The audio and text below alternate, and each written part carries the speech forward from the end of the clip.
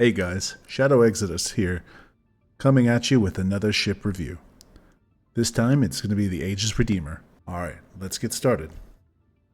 The Redeemer is a gunship developed by Aegis Dynamics for the United Empire of Earth Navy, an armored spacecraft equipped with powerful turrets and missiles that is commonly used by planetary security forces. Today, we'll be going on a ship tour of one of the most powerful crewed ships out there.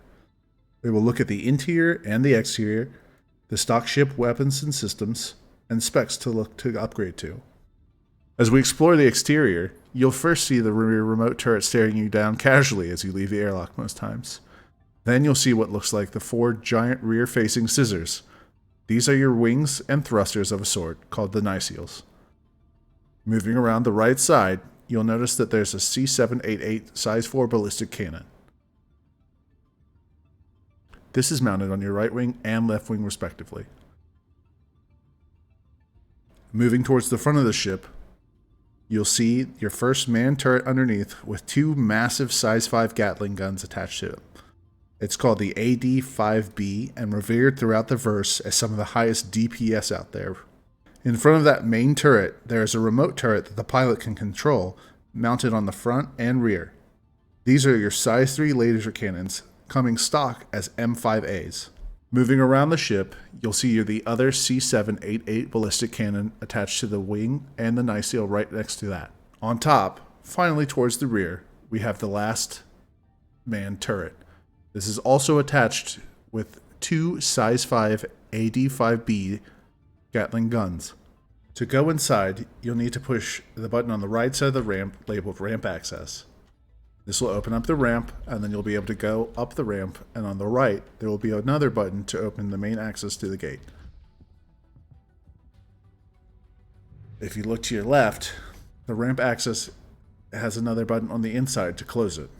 That way no one can follow you in and try to hijack you while you're flying.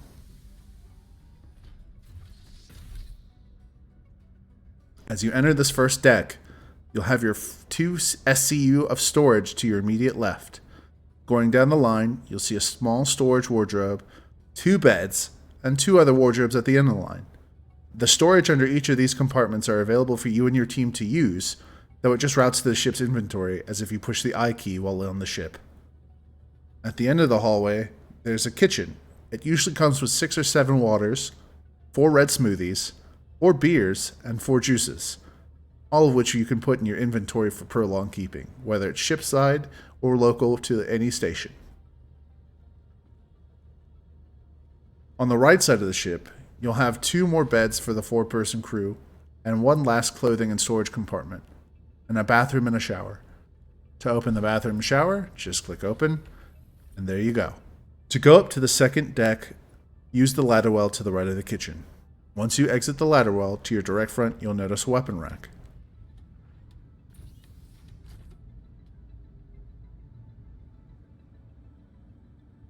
This weapon rack holds 4 slots. Sometimes they work, sometimes they don't. You'll have to unlock by pushing the button. To the left, you'll see jump seats for 4 personnel. To your right, you'll see access for the first turret in the pilot and co-pilot's area.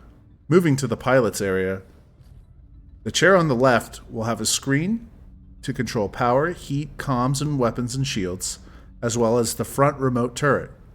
The chair on the right will have the same, but power for the rear turret.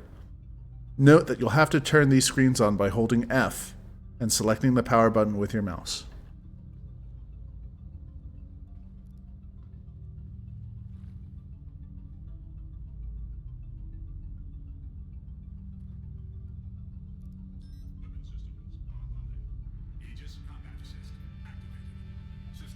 If your co-pilots want to get up, do not let them hit the power and then stand. This will power down the entire ship and can be dangerous in fighting or flying scenarios. Instead, just have them hold Y to get up, and then they'll be good to go with the ship still going. For an optimal seating pattern with 3 to 4 citizens, just have them sitting in the main turrets, top and bottom, with the 4th sitting on the right side right here, so he can control the rear remote turret. That way the pilot can have control of the front 4 weapons. To access the main front turret, you're going to go up to the screen here, hold F for the interactive menu, and click to enter the lower turret. To access the rear turret, you're going to go through these doors by the jump seats. You'll have to do the same thing with the screen up here, holding F and then hitting the click button to enter the upper turret. For flying, this ship is not only heavy but slow to move. As we engage thrusters and cruise control, you'll notice that your max speed is about 125 before getting into the afterburner of 146. If you set the cruise control all the way up and hit your max speed, you'll top out about 959. For flying, this ship is not only heavy, but it is slow to accelerate and decelerate. The length is 37 meters. This means it's a big boy and your potential opponents have lots of opportunities to hit you broadside. Your weight is about 470,000 kilograms, which is going to mean you're going to be slow to turn, as described here. You'll notice that the 2 carrots take a while to catch up.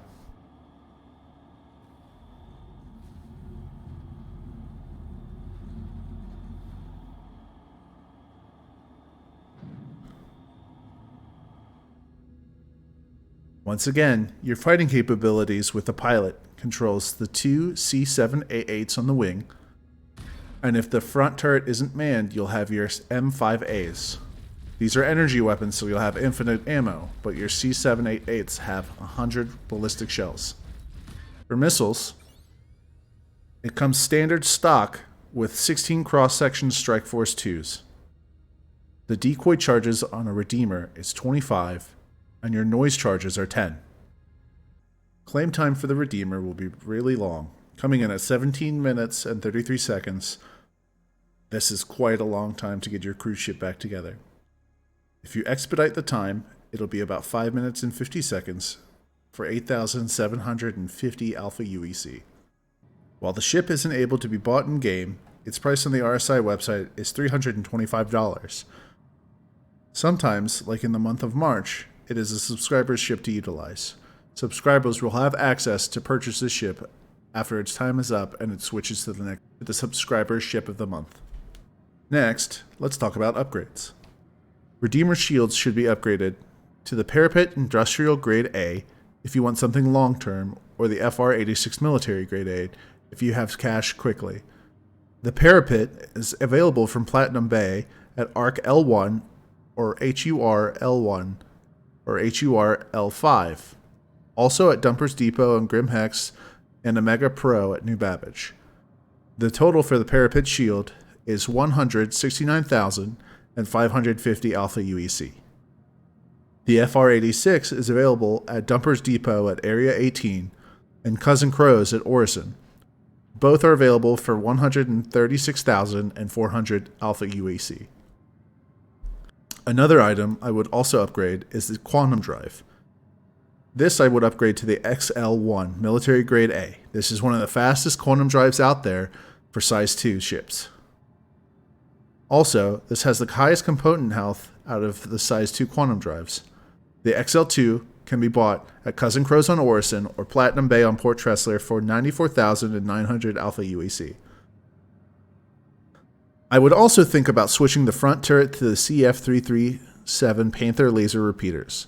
Because turrets count as gimbaled weapons, this will help you with small NPC fighters as you and your team track down enemies. The Panthers can be bought at Center Mass on Area 18 or New Babbage for 8,925 Alpha UEC. There's also a ship weapon shop on HUR L2 and HUR L4. Thanks for coming to my channel. Check out below where you can use my link to join Star Citizen and get 5,000 extra Alpha UEC while joining my referral group. Please sub to my channel for more content as we grow, and slap that like button so I feel good about myself. Also, check out my Twitch link listed below and join the talk as we play and grind together. See you guys in the verse.